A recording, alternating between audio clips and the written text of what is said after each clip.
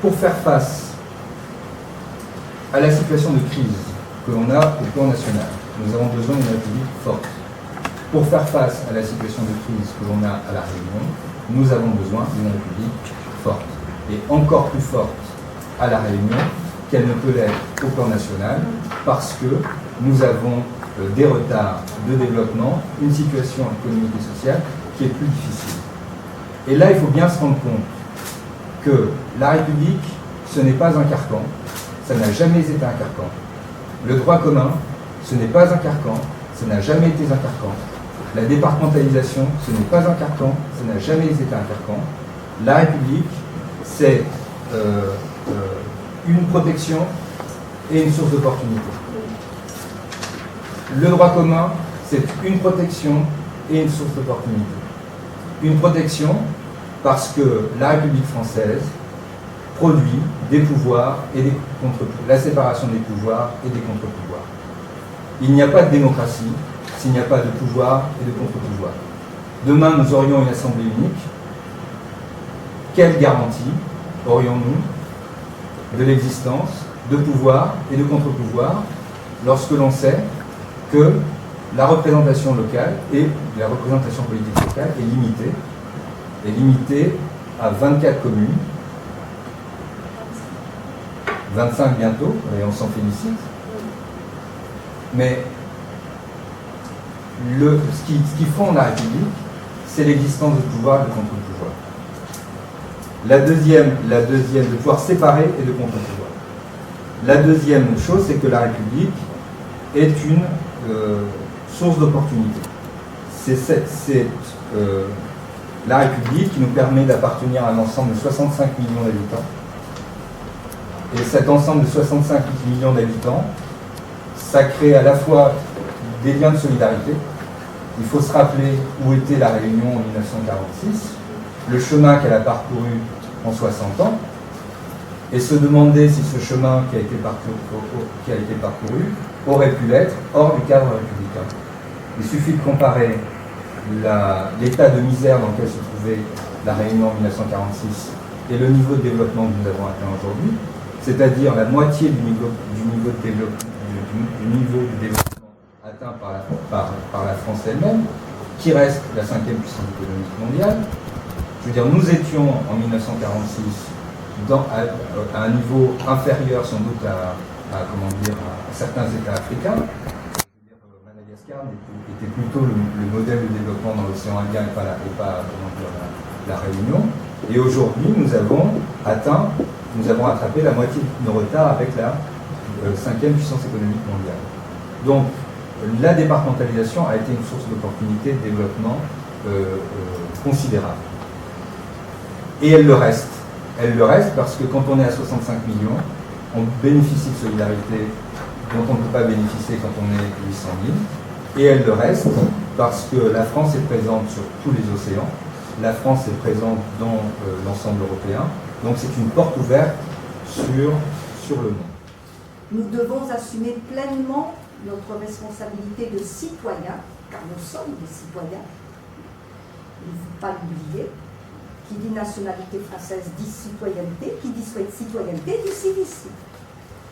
Face à l'avenir de nos enfants, dont nous nous portons garant, de notre pays, l'avenir de notre pays, et bien entendu, la construction européenne. Le défi que nous avons à relever est depuis toujours celui de la valorisation du capital humain, qui est la grande richesse de la Réunion. Je vous renvoie à cette fameuse jeunesse, qui pourrait être une telle richesse. Dans cette perspective, la mondialisation, qui n'est pas du tout le démon dont on parle, la mondialisation nous offre un large éventail d'opportunités. Car notre île, par son statut de terre française et sa position géographique dans l'océan Indien, et pas seulement l'île, mais chaque Réunionnais lui-même, par la diversité de ses origines, richesse là encore, forment un point de convergence unique entre le monde ancien, l'Europe et l'Occident. l'Europe, l'Occident et le monde nouveau qui émerge entre l'Afrique australe et l'Australie en passant par l'Inde et la Chine. Nous serons en mesure de saisir ces opportunités si nous savons accroître nos compétences, développer nos exportations et le tourisme, seule source réelle de création de richesses économiques, et aussi bien sûr sauver notre cohésion sociale par un partage équitable des fruits de la croissance, autrement dit par le refus des privilèges accordés à quelques-uns. Permettez-nous donc de vous exposer les 3 priorités qui fondent notre pacte républicain pour la Réunion, une nouvelle approche éducative, deuxièmement, des propositions pour une économie performante, et enfin, une mise en place d'un contrôle par la proximité avec la participation du plus grand nombre des citoyens. Il y a 2 populations qui sont en train de se côtoyer. C'est ça l'avantage de travailler dans l'éducation, encore un des rares avantages, c'est qu'on devine la société de demain. Qu'est-ce qu'on se constate, nous, au sein de nos collèges et de nos lycées? C'est qu'on a des jeunes très intégrés, parce que les parents suivent derrière, et qui sauront de toute façon pallier au manque du système. Par contre, on a des marmailles qui essayent de suivre et à qui on propose du soutien, de l'accompagnement personnalisé, mais un enseignement qui n'est plus du tout de la qualité que l'on avait il y a 15 ou 20 ans. Je prends à ce titre, c'est très révélateur, les mentions que l'on donne au diplôme. Diplôme qu'on peut maintenant qualifié d'assigné, le baccalauréat. Celui qui le rate, je le félicite parce que je ne sais pas comment il a fait. Je vous le dis franchement. À l'époque, souvenez-vous, dans les années 80, mention très bien, c'était quand même très fort. On avait 3, 4, 0, et quelques pourcents. Et puis, bon, on arrivait, on voit une pyramide où la grande majorité des bacheliers étaient mention passable, un peu assez bien, un peu bien, etc.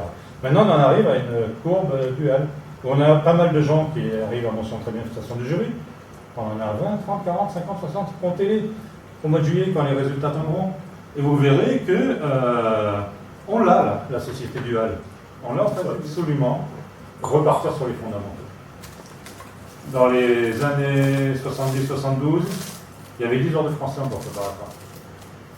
Maintenant, les gamins, c'est plus du français. Donc, quelque part aussi, les jeunes, ils voient qu'on leur ment pas.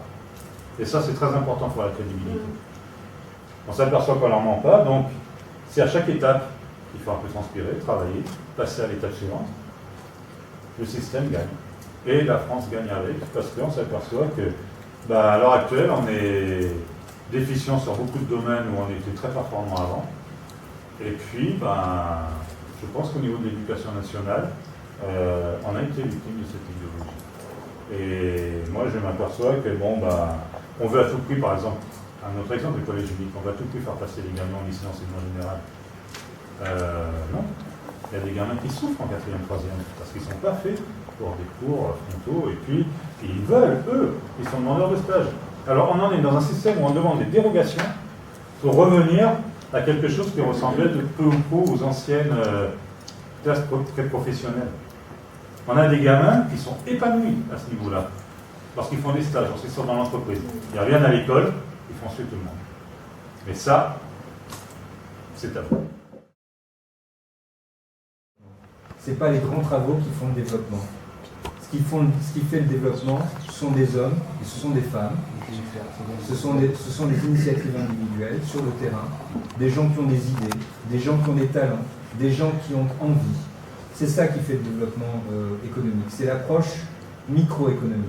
Et cette microéconomie-là, elle est aujourd'hui, elle nous paraît insuffisamment encouragée. Le gouvernement voudrait modifier le statut auto-entreprise, faire passer vers le statut de société.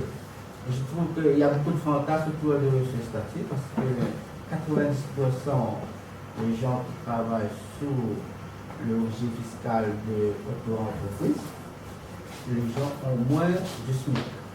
Il est clair que notre système fiscal, ça bloque les initiatives individuelles et ça ne motive pas tellement les gens à créer des entreprises. Il y a une telle doublure et les gens n'ont pas tellement accès aussi aux aides. La région, c'est plutôt les grosses entreprises qui en bénéficient. Il n'y a rien qui motive les gens à créer des entreprises parce qu'il y a toute la doublure fiscale, administrative. Donc, finalement, les gens créent des entreprises, au bout de 6 mois, ils ferment. Parce que c'est tellement compliqué. Il faut payer les stages, mais même si l'argent ne rentre pas, il faut payer quand même. Donc, on est dans un système quand même, ça démotive les gens à se lancer. Donc, forcément, on fabrique une génération de gens qui vont devenir des fantômes dans les sociétés. Parce que s'ils ont des idées, ils ne peuvent pas vraiment développer, parce que la structure économique ne permet pas au niveau fiscal, tout ça. Donc il faut une révolution fiscale, en quelque sorte. Tout comme Thierry, je suis conseillère principale d'éducation. Et on a un lien commun, enfin on a deux liens communs, d'être à Debout la République, d'avoir, enfin je veux dire, je suis devenue CPE, non pas parce qu'il y a eu Thierry Marachin qui a été mon CPE du temps où moi j'étais au lycée Ambroise Zola, parce que c'est aujourd'hui là-bas que je officie, ou en tout cas que je sévis. Donc quelque part le message est bien passé.